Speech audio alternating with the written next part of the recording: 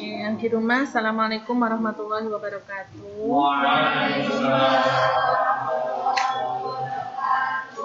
Yang di sini kan tadi sudah salam ya. Saya menyapa yang di rumah ya. Yang di rumah sama yang di luar kelas 12 IPA 1. Oke. Yang hari ini berangkat di sekolah sehat semua?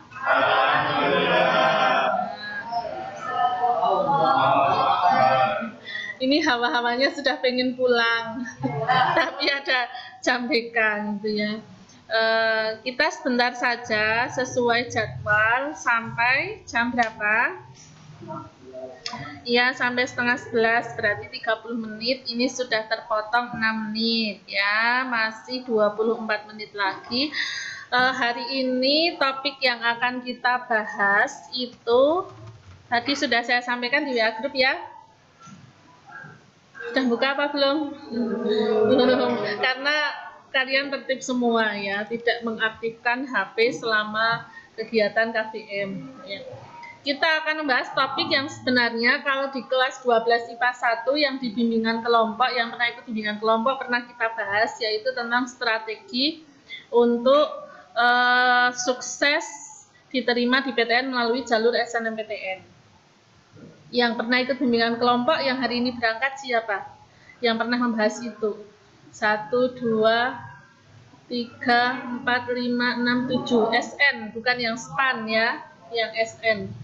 Kita kan pernah yang SN pernah, yang SPAN pernah ya. Yang SPAN itu terakhir kali waktu Bu Guru mau ujian itu pakai yang SPAN. Kemudian yang SN itu bimbingan kelompok yang pertama kali. Waktu itu hanya 6 atau 5 yang ikut itu kalau nggak salah ya, pernah kita bahas. Hari ini saya sampaikan secara klasikal untuk semuanya. Nah, dengan kita bahas hari ini harapannya ya, yang di kelas maupun yang di luar kelas 12 IPA 1, yang di 12 IPA 2, 12 IPA 3 dan yang ada di rumah itu besok tidak akan menanyakan lagi ya, karena kan sudah disampaikan. Jadi supaya nggak berkali-kali sudah kita sampaikan, berarti tidak ditanyakan ulang lagi apa yang sudah kita bahas hari ini, karena waktu kita sangat terbatas. Nanti tanggal 22 kalian sudah harus pas, itu saya berharap sudah selesai pembahasan tentang SN, SPAN itu sudah selesai semuanya, tinggal nanti di bulan Januari itu sudah langsung action gitu ya. Yang mau SN ya sudah langsung fokus untuk mempersiapkan mendaftar SNMPTN, yang mau SPAN PTKIN sudah fokus SPAN PTKIN dan seterusnya seperti itu.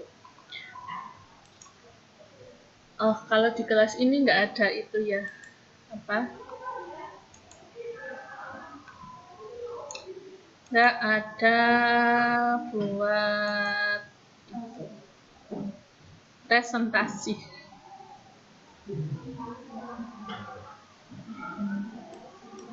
Nah,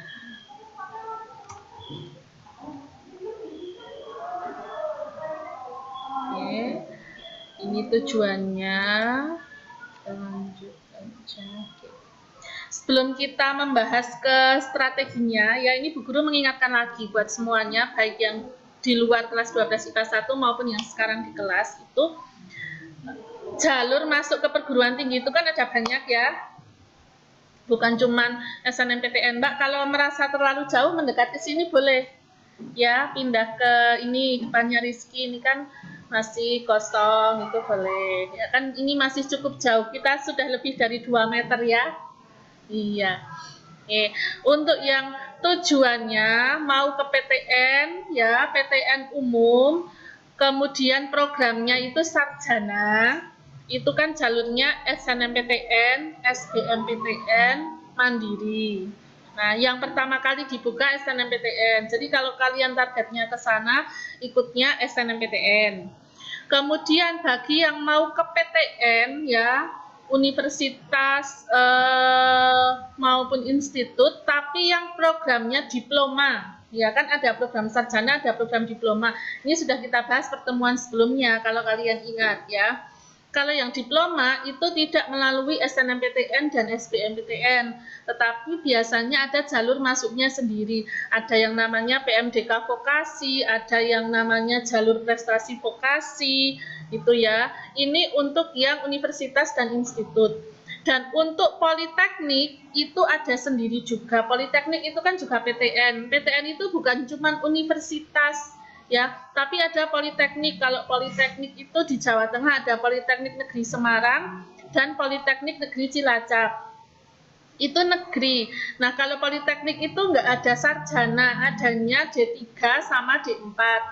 Nah, untuk yang D3 itu jalurnya SNMPN ya, Seleksi Nasional Masuk Politeknik Negeri. Kalau yang D4 itu ikutnya SNMPTN, bareng sama SNMPTN, bareng sama seleksi apa namanya persaingannya bareng sama yang UGM, sama yang UNES dan lain-lain. Yang D4, tapi yang D3 SNMPN. Kemudian yang D3 nanti seleksi bersamanya ada SBMPN.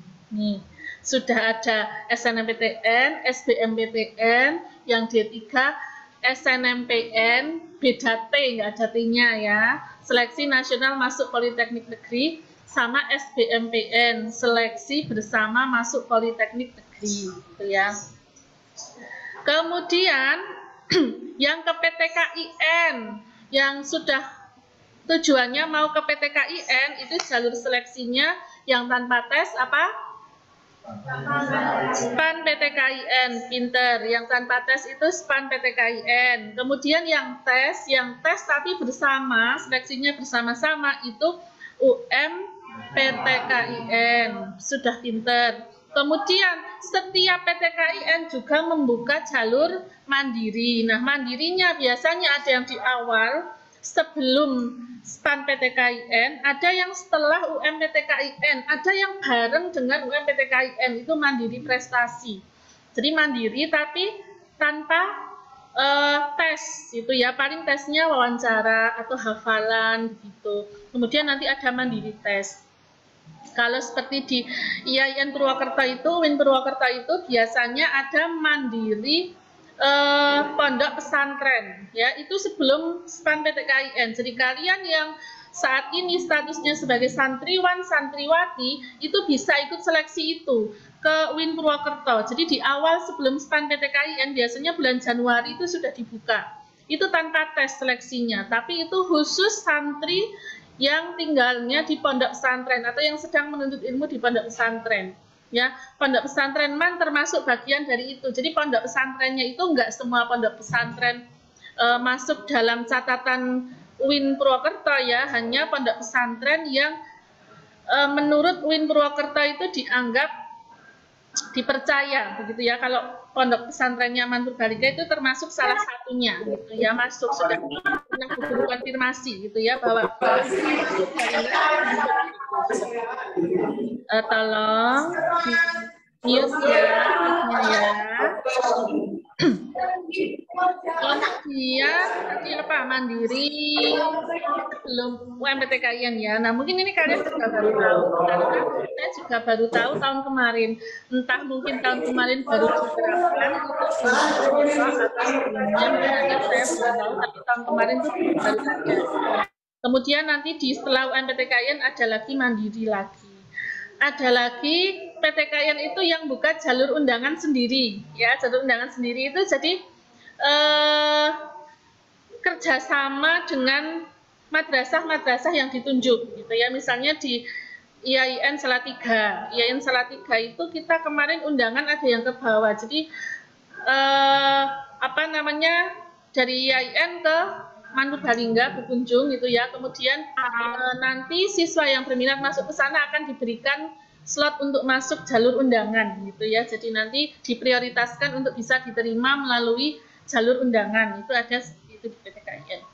Kemudian perguruan tinggi kedinasan nanti jalur masuknya beda lagi. Nah, kalau perguruan tinggi kedinasan ini kalau ya ikatan dinas itu kan ikutnya SSCN ya, masuk di seleksi penerimaan ASN ya atau pegawai negeri.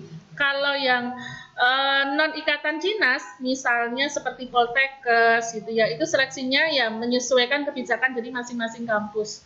Jadi Bu Guru berharap setelah ini nanti tidak ada lagi yang misalnya ditanya mau daftar SNMPTN nggak? Mau daftar kemana? Perguruan tingginya Poltekkes Semarang. Nah, jangan sampai ada yang kayak gitu ya. Karena itu sering gitu loh.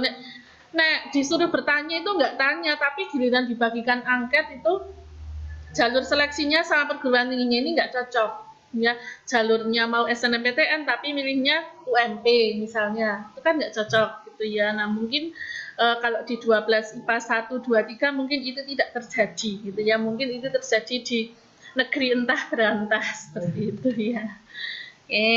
Itu mengingatkan kembalinya sudah 16 menit sendiri. Kemudian Bu Guru ingatkan juga ya hasil yang diterima SNMPTN. Saya kirim ke WA group ya, sebentar. Tapi nanti saya nutup ya, nanti saja ya setelah selesai ya, nanti saya harus nutup slide ini kalau saya sampaikan sekarang ya.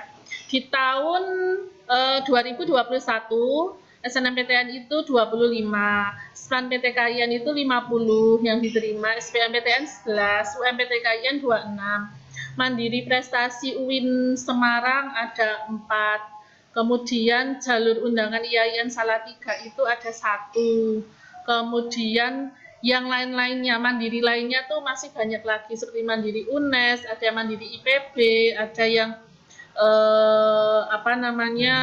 di perguruan tinggi swasta ikatan dinas juga ada gitu ya. Sampai hari ini kalau saya buka kelamaan enggak ya? Sampai hari ini itu sudah lebih dari 150 alumni yang melaporkan gitu ya, yang lapor bahwa sudah melanjutkan ke perguruan tinggi gitu ya. Jadi lebih hampir 50% sudah melaporkan lapor diri bahwa sudah diterima di perguruan tinggi seperti itu. Nah, untuk kalian nanti bagaimana? Bu Guru berharap nanti untuk angkatannya kalian lebih banyak lagi. Mudah-mudahan kalau 12 IPA 1, 2, 3 itu karena sesuai kontraknya harus melanjutkan, ya mudah-mudahan nanti semuanya bisa melanjutkan semua ya. Kemudian yang SNMPTN itu tahun 2019 itu 5, tahun 2020 6, di tahun 2021 itu 25. Jadi peningkatannya antara tahun 2020 sampai 2021 itu memang lebih banyak ya, sangat banyak peningkatannya gitu ya, bahkan banyak yang kaget gitu ya dengan prestasi ternyata bisa sebanyak itu masuk SNMPTN. Nah, memang di tahun 2021 itu kalau kalian melihat misalnya nilai rapot kalian gitu, yang semester 3 dan 4 gitu ya, bagus apa enggak? Semester 3 dan 4 bagus apa enggak? Lumayan gitu ya. Oke. Kemudian dari sisi pemilihan program studi, juga lebih diperhatikan gitu ya di tahun 2021. Jadi tidak jor-joran terserah milih ke sana kayak gitu dilepas begitu saja, itu tidak, tapi benar-benar dari yang mendaftar itu 80-an lah, kuotanya itu kan kurang lebih segitu gitu. Karena kalau agama itu sekalipun dapat kuota kadang nggak mau daftar gitu ya, yang dapat kuota sekian siswa yang daftar cuma berapa siswa kalau agama, dan tidak bisa digantikan oleh IPA dan IPS karena itu kuotanya kan per program studi gitu ya. per program studi itu kuotanya itu kan 40%. Ya, jadi IPA 40%, IPS 40%, agama 40%. Lah ini agama ini sekalipun misalnya kuotanya ada 25 mahasiswa, tapi yang mendaftar ternyata cuma 5, yang 20 tidak bisa digantikan oleh IPA maupun IPS gitu. Seandainya bisa digantikan sih guru gantikan gitu ya dengan IPA atau IPS yang mau mendaftar, tapi tidak bisa gitu ya. SNMPTN jelas tanpa tes, kalian sudah tahu, sudah sering Bu Guru sampaikan gitu ya. Dan setiap pengumuman SNMPTN itu sudah diumumkan, hasilnya juga pasti Bu Guru bagikan ke adik-adik kelasnya. Jadi kalian sudah pernah mendapatkan informasi itu. Yang dinilai jelas nilai rapot dan prestasi lain.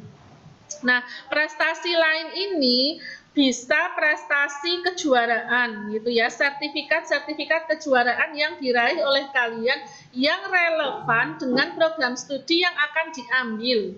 Misalnya kalian juara biologi gitu ya, sertifikat ini akan bermanfaat oleh kalian saat seleksi SNMPTN kalau program studinya ada hubungannya dengan biologi. Ya paling jelas misalnya punya sertifikat biologi, ambilnya program studinya biologi gitu ya, atau pendidikan biologi, itu jelas akan terpakai karena linier. Misalnya sertifikatnya biologi tapi daftarnya fisika, kan berarti tidak linier, beda. Sertifikat kejuaraannya biologi, kalian daftarnya manajemen, sangat tidak linier gitu ya, maka ya mungkin akan ada pengakuan, tapi mungkin hanya persentasenya. Misalnya kalau linier itu bisa dapat 10 poin, kalau tidak linier mungkin hanya 1 poin begitu ya. Jadi kalau punya prestasi sertifikat kejuaraan ya mengambilnya yang linier dengan prestasi yang kalian raih kalau memang ingin prestasi itu diakui oleh perguruan tinggi seperti itu. Kemudian tidak ada biaya pendaftaran, jadi tidak dipungut biaya pendaftaran saat proses pendaftaran SNMPTN, semuanya ditanggung oleh negara. Saya pernah dengar di sebuah sekolah X gitu ya, tidak di Purbalingga gitu ya, ada yang dipungut biaya per anak yang mendaftar SNMPTN itu 20.000 gitu ya, dipungut oleh sekolah. Tapi kalau Manur Purbalingga tidak, sesuai karena memang ketentuannya tidak ada biaya pendaftaran, ya tidak ada biaya pendaftaran yang harus dikeluarkan oleh siswa ketika mengikuti seleksi SNMPTN. Kemudian kuota yang mau diterima itu berapa? Itu 20% dari total mahasiswa baru. Nah, ini seringkali orang tua itu salah kaprah memahami ini. Kadang orang tua gitu ya membaca informasi kuota 20% itu dikiranya gitu ya, semua yang daftar itu ya, nanti setiap sekolah itu akan diterima 20%, pahamnya. Jadi mereka tahunya dari mana nanti 20%-nya akan diterima begitu.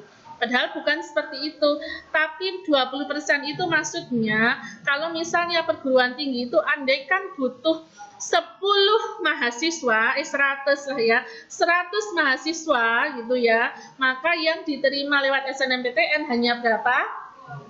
Pinter, 20 gitu ya, pinter. 20 mahasiswa, seperti itu. Jadi memang sangat sedikit.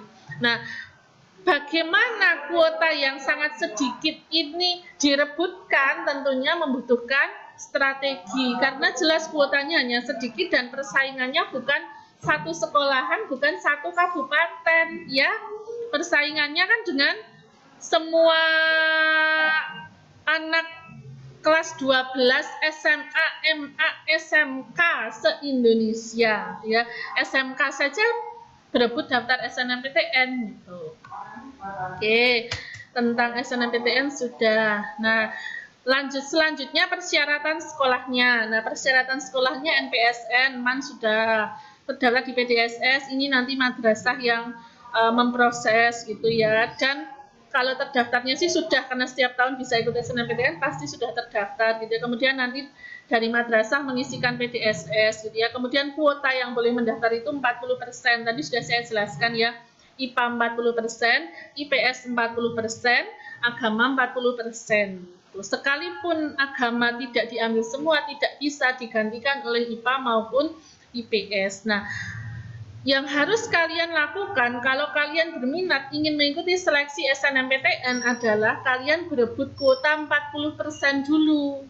Jadi, bagaimana caranya agar di semester 5 nilainya bisa lebih baik, agar nanti bisa masuk di pemeringkatan 40% kalau memang kalian ingin ikut SNMPTN. Tapi tidak semua yang masuk peringkat 40% ini wajib ikut SNMPTN, tidak.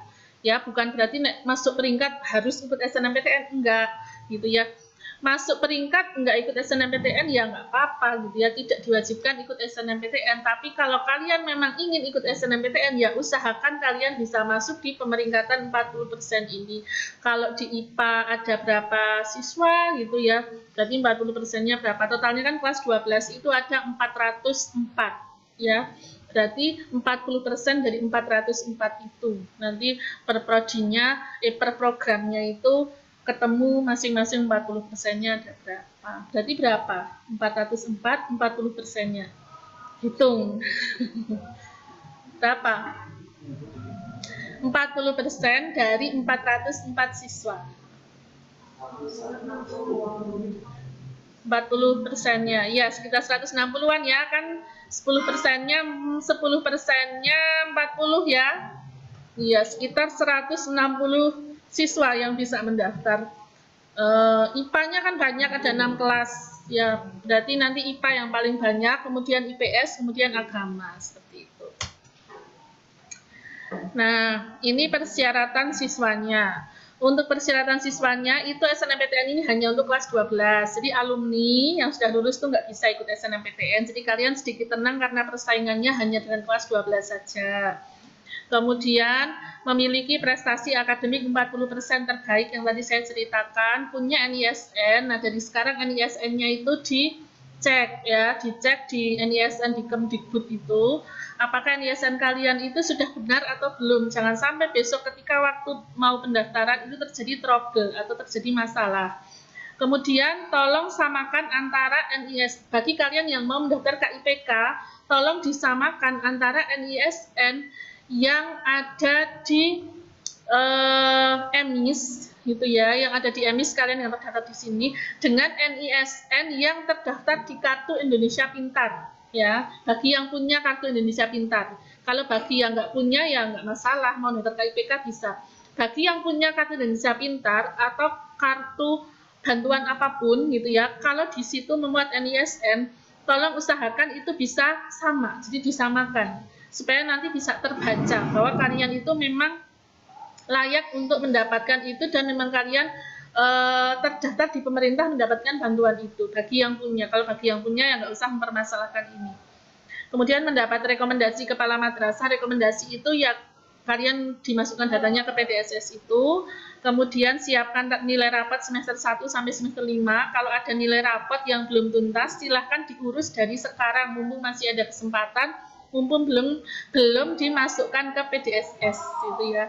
Mungkin kan ada di kelas 10 nilainya belum tuntas, di kelas 11 belum tuntas. Kalau ada, kalau IPA 1, 2, 3 mudah-mudahan tidak ada, tapi seandainya ada silahkan segera diselesaikan. Kemudian sehat jasmani dan rohani. Kemudian bagi peserta yang memilih program studi seni dan olahraga wajib mengunggah portofolio. Ini kelas ini ada yang mau ambil olahraga? Belum kepikiran. 12 IPA 2 ada yang mau ambil olahraga? Tidak ada jawaban. 12 IPA 3 ada yang mau ambil olahraga?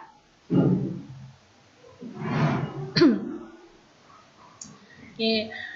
Bagi yang mau ambil olahraga itu portofolionya nanti ada ketentuannya sendiri. Jadi harus lari sekian ratus meter divideokan. Kemudian nanti biasanya ada menampilkan salah satu olahraga tertentu. Biasanya kalau saya lihat itu ketika membuat portofolio nanti akan dibimbing dengan Bu Kesti. Ketika membuat portofolio itu lempar bola di dinding itu loh ya, nanti dihitung itu berapa kali gitu ya. Kemudian nanti ada cek kesehatan, itu bisa di puskesmas cek kesehatannya. Kemudian nanti ada rekomendasi dari guru olahraga bahwa kalian memang layak untuk mendaftar olahraga, dan yang lebih diprioritaskan itu bagi yang punya sertifikat kejuaraan. Jadi kalau punya sertifikat kejuaraan olahraga, minimal juara 3 tingkat kabupaten, itu semacam tiket khusus untuk bisa masuk ke program studi olahraga. Nah, prodi olahraga itu kan macam-macam. Ada ilmu keolahragaan, ada PJKR, ada PGSD Penjas untuk jadi guru SD, ngajar olahraga gitu ya. Kalau PJKR itu bisa di SD, SMP, SMA bisa. Kemudian ada pendidikan kepelatihan olahraga. Nah, biasanya cukup banyak peminat dan dariman, maksudnya peminat dariman yang mendaftar olahraga, dan jumlah yang diterima juga lumayan banyak. Tahun kemarin banyak olahraga itu di Unsur, sama di UPI, sama di UNES. Jadi di 3 perguruan tinggi itu memang peluang untuk masuk SNMPTN olahraga cukup lebih banyak dibanding PTN lainnya ya. Di UNES itu kalau IPS itu di UNES biasanya. Kemudian kalau yang saintek olahraga itu di Unsur sama di UPI Bandung. Di UPI kemarin IPA ada yang masuk, IPS ada yang masuk. Ada 2 ya olahraga masuk ke UPI tahun kemarin. Kemudian seni juga ada yang mau ambil seni budaya. Bisa seni rupa, bisa seni tari, seni musik, atau seni lainnya termasuk DKV. Desain komunikasi visual, itu juga wajib mengunggah portofolio. Kalau DKV itu portofolionya adalah portofolio seni rupa, desain, dan apa ya satunya saya lupa. Intinya masuk sama dengan portofolio seni rupa, dianggap sama dengan seni rupa. Jadi DKV itu masuknya soshum, gitu. Padahal desain ya, tapi masuknya soshum. Gitu. Kalau seni musik ya portofolionya seni musik. Nanti kalau memang ada yang berminat untuk masuk seni ketika proses pendataan, nanti kalau sudah didata dan ada yang berminat masuk seni, nanti untuk proses pembuatan portofolionya nanti akan dibimbing oleh Pak Ijang. Iya, nanti sesuai dengan faknya masing-masing seperti itu. Oke, sudah jam 10.31. Nah, berarti strateginya akan kita bahas di pertemuan selanjutnya ya. Pertemuan selanjutnya masih ada tentang bagaimana memilih program studi di SNMPTN, kemudian tahap pendaftaran, kemudian jadwal, kemudian komponen yang mempengaruhi SNMPTN, dan strategi agar diterima melalui SNMPTN. Oke? Karena waktunya sudah habis, mari kita akhiri kegiatan hari ini dengan membaca hamdalah dan doa kafaratul majlis. Alhamdulillahirabbil alamin. Subhanallah wa bihamdika asyhadu an la ilaha illa anta astaghfiruka wa atubu ilaik. Walhamdulillahirabbil alamin. Wassalamualaikum warahmatullahi wabarakatuh. Waalaikumsalam warahmatullahi wabarakatuh. Terima kasih Bu Guru. Sama-sama semuanya. Terima kasih juga semuanya. Ya silahkan berkemas-kemas bisa melanjutkan aktivitas selanjutnya. Terima kasih Bu. Iya, terima kasih semuanya. Saya stop record ya.